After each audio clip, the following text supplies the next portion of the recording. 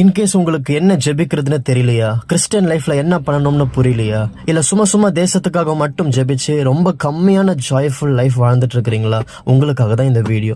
எஃபீசியன்ஸ் 1st சாப்டர்ல 18th verseல God சொல்றாரு, ஃபர்ஸ்ட் திங் உங்க eyes of understanding first enlightened ஆகணும்னு God ஆசைப்படுறாரு. ஃபர்ஸ்ட் கிங்டம் ஆஃப் God குள்ள இருக்கிற எல்லா ரகசியங்களும் உங்களுக்கு அண்டர்ஸ்டாண்ட் ஆகணும். சோ அதுக்கு நீங்க காடோடைய வேர்ட் ரொம்ப அதிகமா மெடிடேட் பண்ணணும்.